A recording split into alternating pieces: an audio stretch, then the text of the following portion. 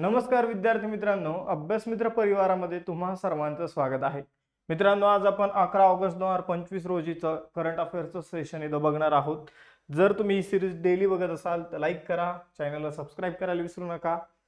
तुम्ही बघा, बऱ्यापैकी मुलं टेस्ट क्वेश्चनची उत्तरं देत नव्हते, मग आज मी एकच टेस्ट क्वेश्चन जो आहे तो ऍड केलेला आहे. तर एका तरी टेस्ट क्वेश्चनचं उत्तर तुम्ही दिलं पाहिजे अशी माझी तुमच्याकडून अपेक्षा आहे. बघूया तुम्ही काय करताय. त्याचबरोबर आज एक इम्पॉर्टंट नोटिफिकेशन आहे. आज आपण वर्षभरातून आपण एकदाच जी 500 रुपयाची बॅच लॉन्च करतो ती आपण आज करत आहोत. आणि 500 विद्यार्थी, यामध्ये 500 विद्यार्थ्यांसाठी ही बॅच असणार आहे. विजयश्री रिव्हिजन बॅच 3.0. 11 ऑगस्टला म्हणजे आज सकाळी 10 वाजता या बॅचचे ऍडमिशन सुरू होणार आहे. पहिल्या 500 विद्यार्थ्यांना 499 या फी मध्ये ऍडमिशन मिळणार आहे. बघा, तर खूप दिवसांचं चालू होतं आपलं की या बॅच बद्दल सुरू करायचं. तर आज आपण शेवटी ही बॅच सुरू करत आहोत. एवढ्या कमी फीज मध्ये ज्यांना घ्यायची असेल त्यांनी 10 वाजता बरोबर ऍडमिशन घ्यायचं आहे. सुरू करूया आजचं सेशन. पहिला क्वेश्चन आहे, ऑगस्ट 2025 मध्ये क्षमता निर्माण आयोगाचे म्हणजे कॅपॅसिटी बिल्डिंग कमिशनचे नवीन अध्यक्ष म्हणून कुणाची नियुक्ती करण्यात आली आहे. तर कॅपॅसिटी बिल्डिंग कमिशन काय असतं, तर सरकारी अधिकारी जे आहे त्यांची काम करण्याची क्षमता जी आहे किंवा सरकारी योजना ज्या आहे तर त्या एकदा सुरू होतात, पण मग त्यांच्यामध्ये काम खूप स्लो चालत असतं. तर तिथं सरकारी काम करण्याची क्षमता जी आहे ती वाढवण्यासाठी कॅपॅसिटी बिल्डिंग कमिशन जे आहे ते काम करत असतं. मग याचे अध्यक्ष बनलेले आहे एस राधा चौहान. कोण बनलेले आहे? एस राधा चौहान. एस राधा चौहान यांनी आदिल जैनुल भाई यांची जागा घेतली आहे. तर आपण जर बघितलं, माजी IAS अधिकारी आहे एस राधा चौहान, ज्यांची नियुक्ती कॅपॅसिटी बिल्डिंग कमिशनच्या अध्यक्ष म्हणून करण्यात आलेली आहे. क्षमता निर्माण आयोग 1 एप्रिल 2021 रोजी स्थापन करण्यात आला होता. नागरी सेवांसाठी प्रशिक्षण कार्यक्रमाचे माननीकरण, समन्वय आणि सुसंवाद साधणे म्हणजे की नागरिक सेवक आहे त्यांची काम करण्याची क्षमता या कार्यक्रमांच्या माध्यमातून वाढवणे. पुढे जाऊया. आता प्रसिद्ध महिला आपण बघूया, कारण महिलेची नियुक्ती करण्यात आलेली आहे कॅपॅसिटी बिल्डिंग कमिशनच्या अध्यक्ष म्हणून एस राधा चौहान. मग आता फेमस महिलांविषयीचे प्रश्न बघूया. रेल्वे संरक्षण दलाच्या पहिल्या महिला महासंचालक बनलेल्या सोनाली मिश्रा. युक्रेनच्या नवीन पंतप्रधान बनलेल्या युलिया स्विरिडेन्को. बेस्ट मॅजिक क्रिएटर पुरस्कार जिंकलेला आहे सोहानी शाह यांनी. प्रिन्सेस ऑफ एस्टुरियस स्पोर्ट्स अवॉर्ड 2025 जिंकलेला आहे सेरेना विलियम्सने. मिस वर्ल्ड 2025 बनलेली आहे सुचाता चुसगी, थायलंडच्या आहे. 51व्या अमेरिकन म्युझिक अवॉर्ड्स मध्ये फेवरेट साऊंडट्रॅक श्रेणीमध्ये पुरस्कार जिंकलेला आहे राजा कुमारी यांनी. एव्हरेस्टची चढाई करणारी पहिली महिला CISF अधिकारी आहे गीता समोता. कन्नड लेखिका ज्यांनी आंतरराष्ट्रीय बुकर पुरस्कार 2025 जिंकला ते आहे बानू मुश्ताक. पाकिस्तानातील बलुचिस्तानमधील पहिली हिंदू महिला सहाय्यक आयुक्त आहे कशिश चौधरी. विश्व खाद्य पुरस्कार 2025 जिंकलेला आहे डॉक्टर मारियांगेला हंगेरिया यांनी. युरिका फोर्ब्स ब्रँड अँबॅसेडर बनलेले आहे श्रद्धा कपूर. कॅनडाच्या परराष्ट्र मंत्री बनलेले आहे अनिता आनंद. ऑस्ट्रेलियाच्या पहिल्या महिला विरोधी पक्ष नेता बनलेले आहे सुझान ले. केंद्रीय लोकसेवा आयोगाचे सदस्य बनलेले आहे अनुराधा प्रसाद. पुढे जाऊया. दुसरा क्वेश्चन तुमच्या समोर आहे. बघा मित्रांनो, ऑगस्ट 2025 मध्ये होणाऱ्या बोगाटा पुस्तक मेळा 2026 साठी कोणत्या देशाला सन्माननीय पाहुणे म्हणून निवडण्यात आलेला आहे. तर बोगाटा पुस्तक मेळा एक फेमस पुस्तकांचा मेळा जो आहे तो आयोजित केला जातो कोलंबियामध्ये, आणि मग त्यामध्ये भारताला प्रमुख पाहुणे म्हणून इथं बोलवण्यात आलेलं आहे. तर कोलंबियाची राजधानी बोगाटा इथे फेमस 38वा बोगाटा आंतरराष्ट्रीय पुस्तक मेळा जो आहे तर त्याचं आयोजन केलं जाणार आहे, आणि यामध्ये सन्माननीय पाहुणे म्हणून भारताची निवड करण्यात आलेली आहे.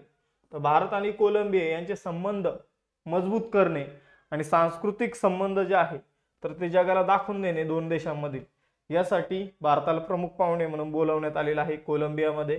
कोलंबियाची राजधानी आहे बोगाटा. कोलंबियन पेसो हे तिथलं चलन आहे. तिसरा क्वेश्चन, ऑगस्ट 2025 मध्ये ऑस्ट्रेलियन पर्यटन मोहिमेची ब्रँड अँबॅसेडर म्हणून कोणाची नियुक्ती करण्यात आली आहे. तर ऑस्ट्रेलियन पर्यटन मोहिमेची ब्रँड अँबॅसेडर म्हणून सारा तेंडुलकर यांची निवड जी आहे ती करण्यात आलेली आहे. तर ऑस्ट्रेलियन पर्यटन ब्रँड अँबॅसेडर कोण बनलेले आहे, तर सारा तेंडुलकर, लक्षात ठेवायचं आहे. तर सचिन तेंडुलकर यांची मुलगी आहे सारा तेंडुलकर. ऑस्ट्रेलियाच्या सरकारने त्यांची नवीन पर्यटन मोहिमेसाठी ब्रँड अँबॅसेडर म्हणून नियुक्ती केलेली आहे. या मोहिमेचं नाव आहे come and say G day. Good day असेल तर जी डे मी इंटरनेटवर शोधलं, पण मला प्रॉपर अर्थ जो आहे ते जी डेचा मिळाला नाही. तर जी डे माझ्या मते गुड डे असेल, पण तुमच्या मते समजून घ्या की तुम्हाला जर मिळालं की जी डेचा अर्थ काय आहे तर तसं तुम्ही मला सांगा. तर कम अँड से जी डे या मोहिमेअंतर्गत सारा तेंडुलकर यांना काय बनवण्यात आलेलं आहे, ऑस्ट्रेलियाचं पर्यटनाचे ब्रँड अँबॅसेडर बनवण्यात आलेलं आहे. या मोहिमेचा उद्देश आंतरराष्ट्रीय पर्यटकांना ऑस्ट्रेलियाला भेट देण्यासाठी प्रोत्साहित करणं हे आहे. तर मोहीम आहे come and say G day. पुढे जाऊया. चौथा प्रश्न आहे, भारतीय अंतराळ तंत्रज्ञान कंपनी ध्रुव स्पेसच्या तिसऱ्या तिमाहीत त्यांचा पहिला व्यावसायिक उपग्रह लीप-1 प्रक्षेपित करण्यासाठी कोणत्या रॉकेटचा वापर करेल? तर बघा मित्रांनो, ध्रुव स्पेस नावाची कंपनी आहे, ते लीप-1 नावाचा उपग्रह जे आहे ते प्रक्षेपित करणार आहे. मग त्यासाठी ते फाल्कन 9 जे काही रॉकेट आहे तर त्याचा वापर करणार आहे. तर स्पेस एक्सचा आहे रॉकेट फाल्कन 9 आणि ध्रुव स्पेस नावाची कंपनी लक्षात ठेवा, ध्रुव स्पेस. तर ते काय करतात, व्यावसायिक कंपनी आहे. म्हणजे एखाद्या देशाचा उपग्रह प्रक्षेपित करायचा असेल तर आपण त्यांच्याकडे जायचं. फॉर एक्झाम्पल उद्या जाऊन तुम्हाला तुमच्या कंपनीचा उपग्रह प्रक्षेपित करायचा आहे तर ध्रुव स्पेसकडे जायचं.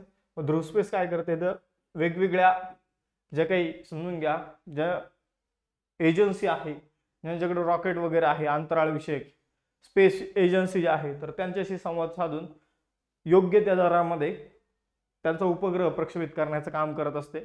मग आपण जर बघितलं LEAP launching expedition for aspiring payloads नावाचा मिशन जे आहे, नावाचा उपग्रह आहे लीप-1, तर तो प्रक्षेपित केला जाणार आहे ध्रुव एरोस्पेस या कंपनीच्या माध्यमातून. कोण प्रक्षेपित करणार आहे, तर स्पेस एक्सचं फाल्कन 9 रॉकेट प्रक्षेपित करणार आहे. पाचवा क्वेश्चन आहे, द कॉन्शियस नेटवर्क या पुस्तकाचे लेखक कोण आहेत? तर Sugata Srinivasa Raju. Sugata Srinivasa Raju the conscious network या पुस्तकाच्या लेखक आहे. लक्षात ठेवायचे. हे पुस्तक जे आहे तर 1975 ते 77 या काळात जी आणीबाणी लागू करण्यात आली होती, तर त्या आणीबाणी विरोधात लढा देण्यासाठी उत्तर अमेरिकेमध्ये जे काही भारतीय लोक होते, भारतीय प्रवासी होते, तर ते एकत्र आले होते आणि त्यांची कहाणी जी आहे ती या पुस्तकामध्ये देण्यात आलेली आहे द कॉन्शियस नेटवर्क मध्ये. सहावा मोस्ट इम्पॉर्टंट क्वेश्चन आहे, 25वे शांघाय सहकार्य संघटना SCO शांघाय कोऑपरेशन ऑर्गनायझेशन शिखर परिषद 2025 कुठे आयोजित केली जात आहे? ज्यामध्ये पंतप्रधान नरेंद्र मोदी 31 ऑगस्ट ते 1 सप्टेंबर दरम्यान उपस्थित राहणार आहे. तर SCO ची परिषद जी आहे ती टियानजिन चायनामध्ये आयोजित केली जाणार आहे, जिथे PM मोदी सुद्धा उपस्थित राहणार आहे.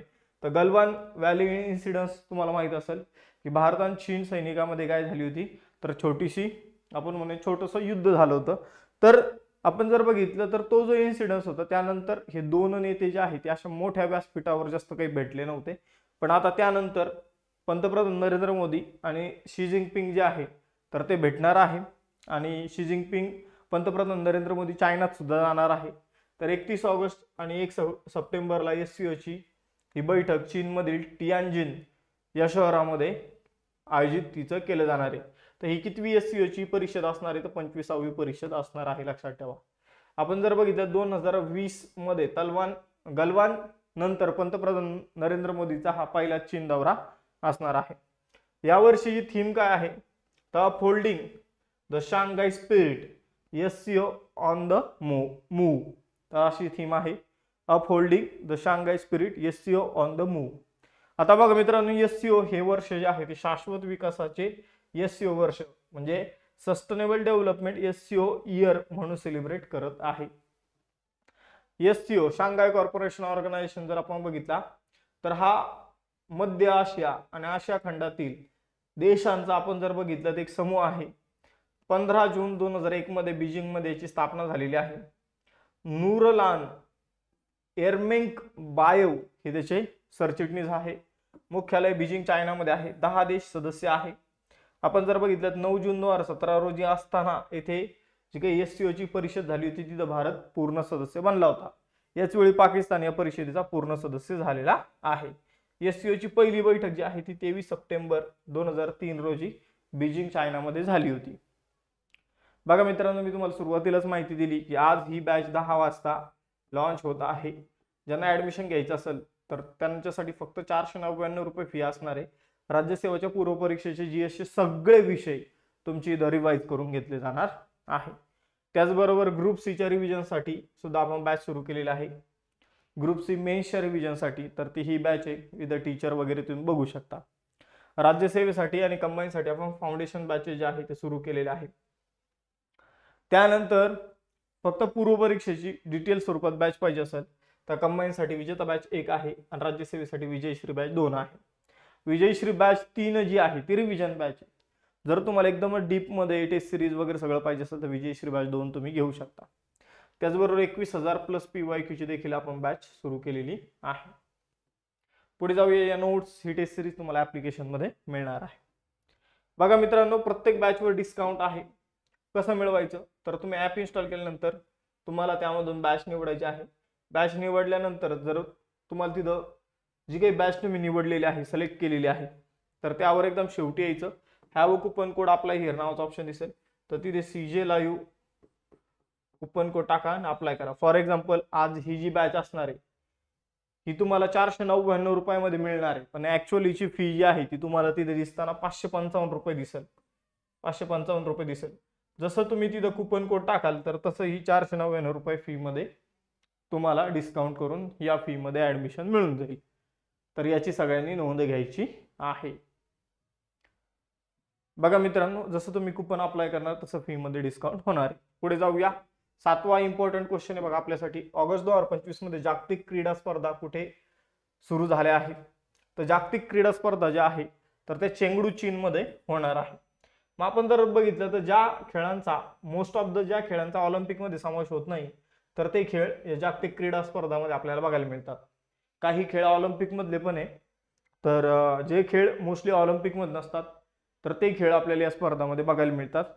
चेंगडू चीन मध्ये ही स्पर्धा आपण जर बघितलं तर 7 ते 17 ऑगस्ट मध्ये सध्या याचं आयोजन सुरू आहे.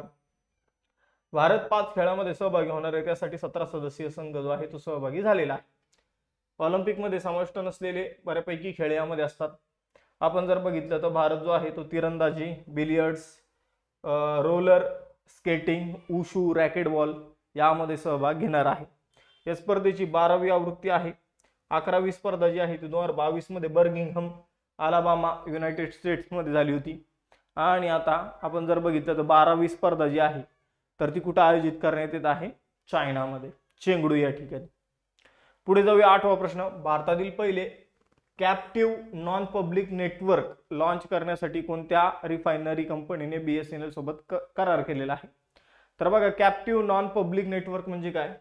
तर अशा प्रकारचं नेटवर्क जे एखाद्या स्पेसिफिक एरिया पुरतं असतं. फॉर एक्झाम्पल तुमच्या फोनमध्ये जिओ, एअरटेल, आयडिया, वोडाफोन कोणतं तरी एक सिम कार्ड असेल आणि त्याचं नेटवर्क तुम्हाला मिळत असेल, किंवा तुम्ही ज्या एरियात राहताय तिथं जर टॉवर असेल तर तुम्हाला त्याचं नेटवर्क मिळतंय आणि म्हणून तुम्ही त्याचं कार्ड खरेदी केलेलं आहे. आता आपण जर बघितलं तर नुमालीगड रिफायनरी लिमिटेड जी आहे, NRL, नुमालीगड रिफायनरी लिमिटेड जे आहे तर यांना काय पाहिजे होतं? यांच्या फक्त ही जी काही रिफायनरी आहे, ऑइल रिफायनरी वगैरे, तर याच्या आतमध्येच नेटवर्क पाहिजे होतं आणि ते 5G नेटवर्क पाहिजे होतं यांना. तर हे म्हणाले की आम्हाला कोण 5G नेटवर्क देतं, फक्त ते पब्लिकसाठी नाही, आमच्यासाठीच उपलब्ध असेल, या रिफायनरीच्या आतमध्येच उपलब्ध असेल. तर मग BSNL म्हणे की आम्ही देतो. दोन्ही सरकारी कंपन्या आहे, NRL आणि BSNL. मग BSNL इथं पुढे आलं आणि BSNL म्हणे की आम्ही तुम्हाला या एरियामध्ये 5G नेटवर्क जे आहे ते उपलब्ध करून देतो.